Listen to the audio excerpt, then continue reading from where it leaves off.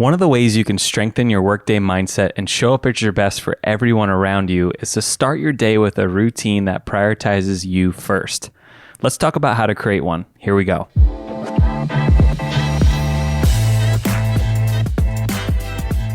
Hey, welcome to the Workday Mindset Podcast. I'm your host, Drew Amoroso. Every workday we encounter dozens of situations that we have to navigate in order to have a successful and productive workday. And the way you choose to think through those situations helps shape not only the kind of day you have, but the trajectory of your career. This podcast is all about helping you to navigate those situations, show up at your best, and be happier at work. In the last episode, we talked about why it's important to start the day focused on you. And we said that it's very easy for us to think that the best way to help the people around us is to move through our day always putting others first. But if you really want to show up at your best for everyone in your life, and if you want to be the best version of yourself, then you should consider looking for ways to start every day doing something that's focused on you. Now, getting used to the idea of focusing on yourself first can be a challenge because it feels selfish and might make us feel like by starting the day doing something other than work or serving other people that we're sort of falling behind or doing it the wrong way. But it turns out that the people around you not only want you to do this, they're counting on you to do it. People don't want you to show up for them in a poor mindset or feeling tired or feeling overworked or feeling stressed. They want and need you at your best. So at the end of the last episode, we talked about how you can start the process of flipping from being others focused to focusing on yourself first thing in the morning. And we said that if you want to start putting this into practice and if you want to start shifting your perception, the first thing you need to do is figure out what it is that helps you show up at your best. You're not going to be able to put together a strong morning routine unless you figure that part out first. And I ended the last episode by challenging you to get out the biggest, blankest sheet of paper you can find and just free write answers to these 4 questions. Number 1, what helps me show up at my best? Number 2, what brings me clarity? Number 3, what helps me take care of my mind and my body and my soul? And number 4, what makes me happy? So if you haven't done that yet, I would encourage you to head to the last episode and listen to that one first. But today, building on that, I want to walk you through 3 things. So first, I want to show you how to build a simple morning routine that prioritizes you. Second, I want to give you a glimpse into my morning routine so that you have an example of how to start putting this into practice. And then third, I want to give you some suggestions for how to make your morning routine work for you. So just a couple of best practices and thoughts as you go into building your own. So first, how do you build a simple routine? There are lots of resources out there on how to build routines, lots of books and other podcast episodes on this particular topic. But I think the challenge with a lot of those resources is that they don't talk enough about how hard it is for our bodies and our minds to implement new routines, especially first thing in the morning. Turns out that our brains love habits. And so even if you're motivated to change the way your morning goes, it can still be very hard to make those changes. And it's especially hard to make a lot of those changes all at the same time. So the way I'm going to lay this out for you is I want to give you a roadmap for how you can start this process incrementally. When it comes to new routines and habits, I love the idea of making incremental changes because it allows you to experience small wins along the way, which help incentivize repetition of your new routine. And I'll show you what I mean by that here in a second. But here's how I want to break this up for you. I want to outline 4 steps in this process. And if you follow this process step by step, you're going to start to see the kind of changes that you want in your morning almost right away. Okay, here we go. Step 1 is to explore what helps you show up at your best. So if you've done the work of answering the 4 questions I posed earlier, then you're already well on your way on this step. But I just am going to mention them here one more time. So the questions that you want to answer are: number 1, what helps me show up at my best? Number 2, what brings me clarity? Number 3, what helps me take care of my mind, body, and soul? And number 4, what makes me happy? So step one is to just do some exploring into what kinds of things you want to do to start your day. Step two, take this list and pick one thing from it. So just one thing, not four, not three, not two, just one thing. I promise you that you'll be able to expand your routine eventually, but I want you to exercise some patience here and just pick one thing to start. Now, I personally think an ideal morning routine includes things that help you address your mind and your body and your soul, but it's really up to you to pick things that will help you show up at your best each day. So the one thing will be different for every person, but some examples might include things like reading something that's personal development related, or maybe something that you just read for pleasure. It could be a few minutes of meditation or some quiet time to start the day. It could be doing something for your body. So a quick walk, a run, exercising for a few minutes, doing some mobility work or something else that is active. Could be pulling out a journal and writing for a couple of minutes about anything that you want to write about. Or maybe it's just some quiet time, having your coffee or your tea and just sitting there and thinking about whatever you want to think about for a few minutes before the day gets going. If you really think about this, I think you'll know what the best place is to start for you. But remember that we're just picking one thing here. Just so we have an example that we can work with, let's say that reading something personal development related is the one thing that you've chosen to do to start the morning. So let's just use this example as we move through these next couple of steps. Step number 3 is to identify a trigger and a time frame. So if you look at the science on routine and habit formation, one of the ways that we begin a routine is by having a trigger that alerts our brain that it's time to engage in a routine. So triggers can be things like a time of day, an action or an event that happens, or maybe entering a certain space that causes the routine to start.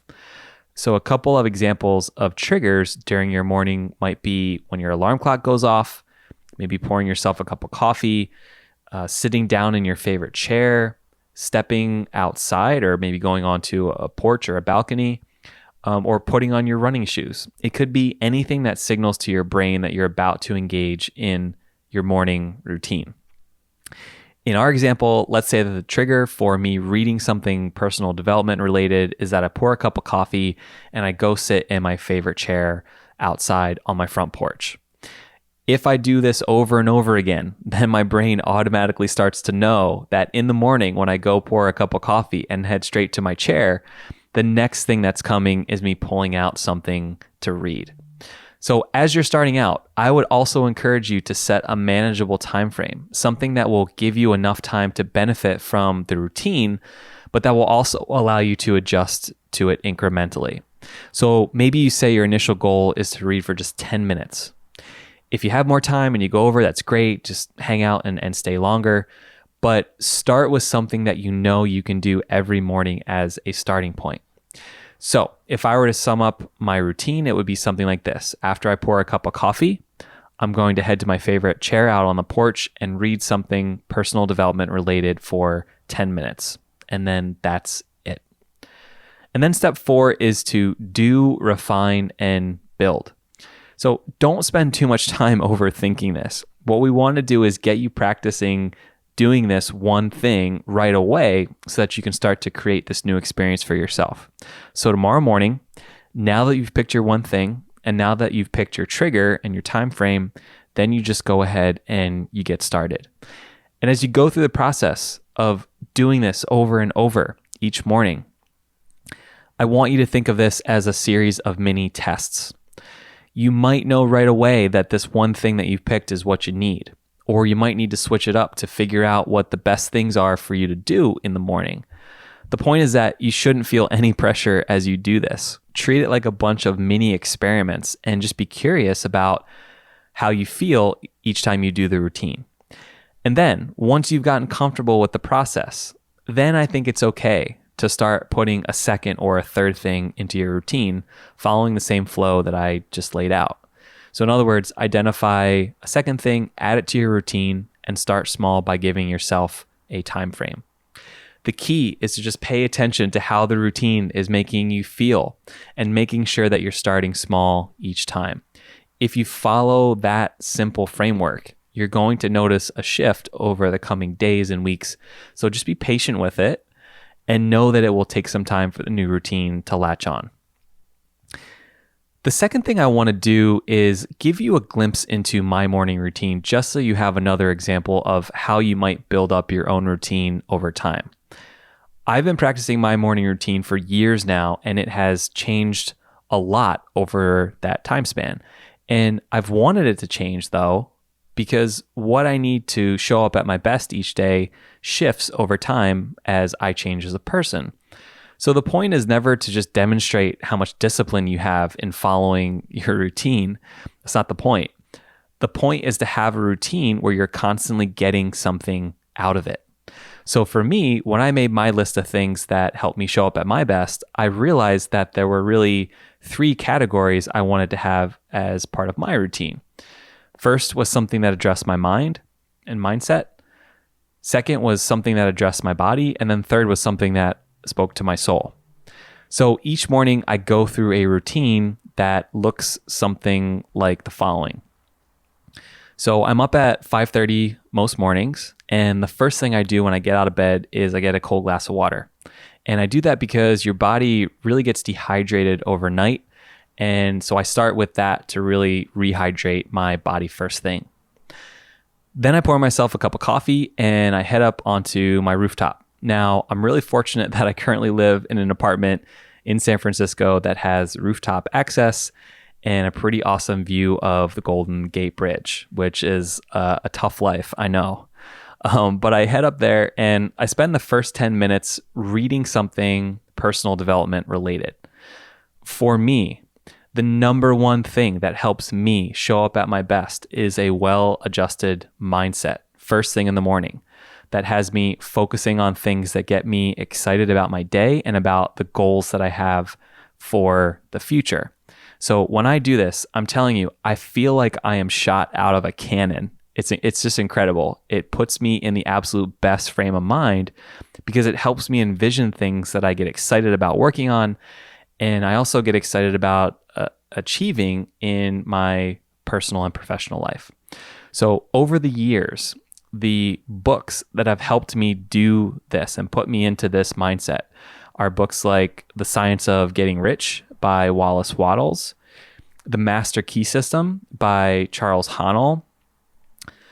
There's a book called The Strangest Secret by Earl Nightingale, As a Man Thinketh by James Allen, The Four Agreements by Don Miguel Ruiz, and Think and Grow Rich by Napoleon Hill.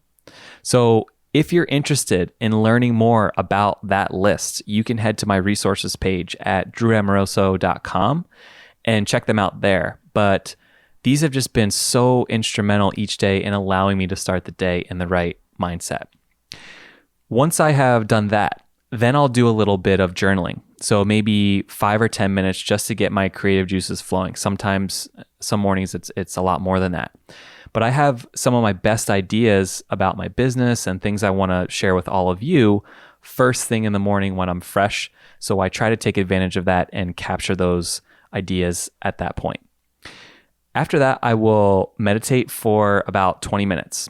So when I tried meditation for the first time years ago, I couldn't even do it for a couple of minutes. I couldn't even do it for 2 or 3 minutes.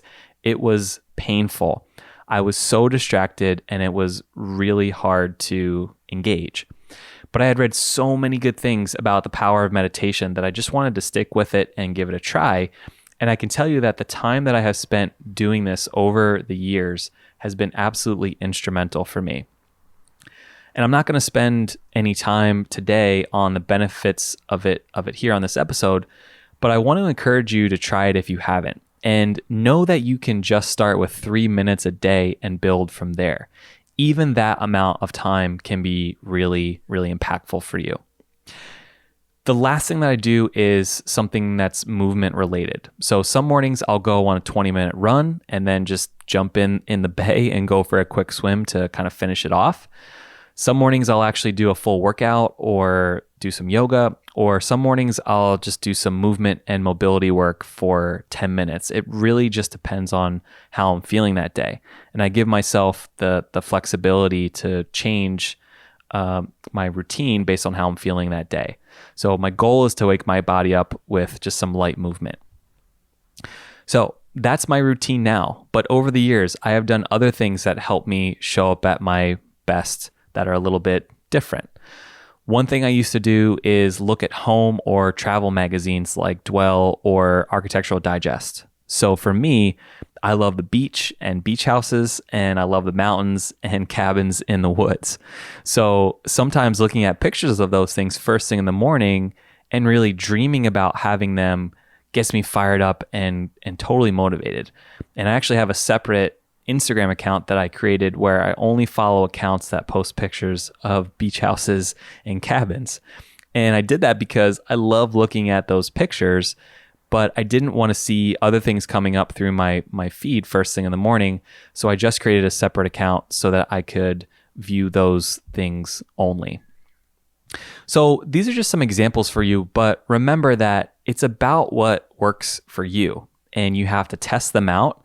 Treat it like a bunch of mini experiments, and never be afraid of just listening to what you need on any given day and modifying based on what you learn. I want to end by giving you just a few keys that you should think about as you're moving forward with building your routine. Again, something like changing the way you spend the first 15 minutes of your morning might seem easy as we're sitting here talking about it, but we can run into some challenges with this, and I just want to flag some of those for you right now. So first, don't measure your progress based on what you've seen or heard from other people who have elaborate morning routines. And that would include me. I would put myself in that category because I spend almost an hour or sometimes even an hour and a half each day on my morning routine. But I gave you an example of my routine, not because I want you to start out that way or because I think you have to do that in order to get the benefits from it. I gave you the example of my routine because I wanted to give you a glimpse into some ideas for how you could structure yours. So each person has different needs and different limitations. So just because you hear about an elaborate routine that someone doesn't mean that you're doing it wrong or that you can't get a lot out of a 10-minute or even a 15-minute routine. Second is to start small. Our brains actually hate change because they spend so much time putting the things we do on autopilot. It's really an evolutionary skill that our brains have developed in order to help us save energy and remain safe. So when you try to make too many changes at once, your brain is going to fight you even harder on it. So just be aware of that and remember that our goal is to start small. Third, morning routines are not about being all or nothing. I want you to check yourself and make sure that as you build your routine, you're not getting frustrated when it doesn't go perfectly. And I can tell you from experience that it won't work perfectly all the time. Being perfect every time with your routine is not what it's about. It's about getting value from the time you spend working on yourself. So even if you don't get to do your whole 20-minute routine one morning and you only get to do 10 minutes of it, that's okay. That is a win for you. And if that happens, you just make the decision to get up tomorrow morning and then try again. Fourth, think about accountability partners whom you might loop into helping you follow through with this. So maybe it's a spouse or a partner, maybe it's a roommate, maybe it's a friend who you enlist to help keep you accountable as you start to flip your morning. So there's absolutely no shame in asking someone to help keep tabs on you and check in on how you're doing as you try to create this process for yourself. Last, I want you to think hard about your priorities and how they relate to our perception of time. Putting yourself first by using a morning routine has a lot to do with what you prioritize. So many people that I've worked with have told me that they just don't have time in the morning to create a routine. They're just too busy and they can't fit it in. Here's my personal take on that. If you really want to take care of yourself first, and if it's really a priority for you, then you will have time to do it. If it's not a priority for you, then you'll never have the time to do it. There's a saying that goes something like, when someone says they don't have time for something, what they really mean is it's not a priority. And I actually truly believe that. Here's an example. If I ask you to help me wash my car this weekend for an hour, you might say, hey, sorry, I'd love to help you, but I just don't have time for that. But if I ask you to help me wash my car and I say I'll pay you $300 to help me out for that hour, that might be something you could find some time to do. So I'm ending with this concept about time and your perception of it, because if you struggle to find time to do this in the morning, at the root of that struggle might be the need to really look closely at what you prioritize and what's actually important to you. There might be some bigger questions and some changes that it might be time for you to look into further. A morning routine is a great way to not only change the way that your day goes, but to start to dig into what's really meaningful to you. And that's worth thinking about. Go have a great workday. Hey, thanks for listening to this episode of the Workday Mindset Podcast. I hope you enjoyed it. And if you did, I'd appreciate it if you could head over to whatever service you're using to tune in and give us a 5-star review. The Workday Mindset Podcast is a collaboration with Populous Radio. Check out their other shows at populousradio.com. Thanks for tuning in, and go get them.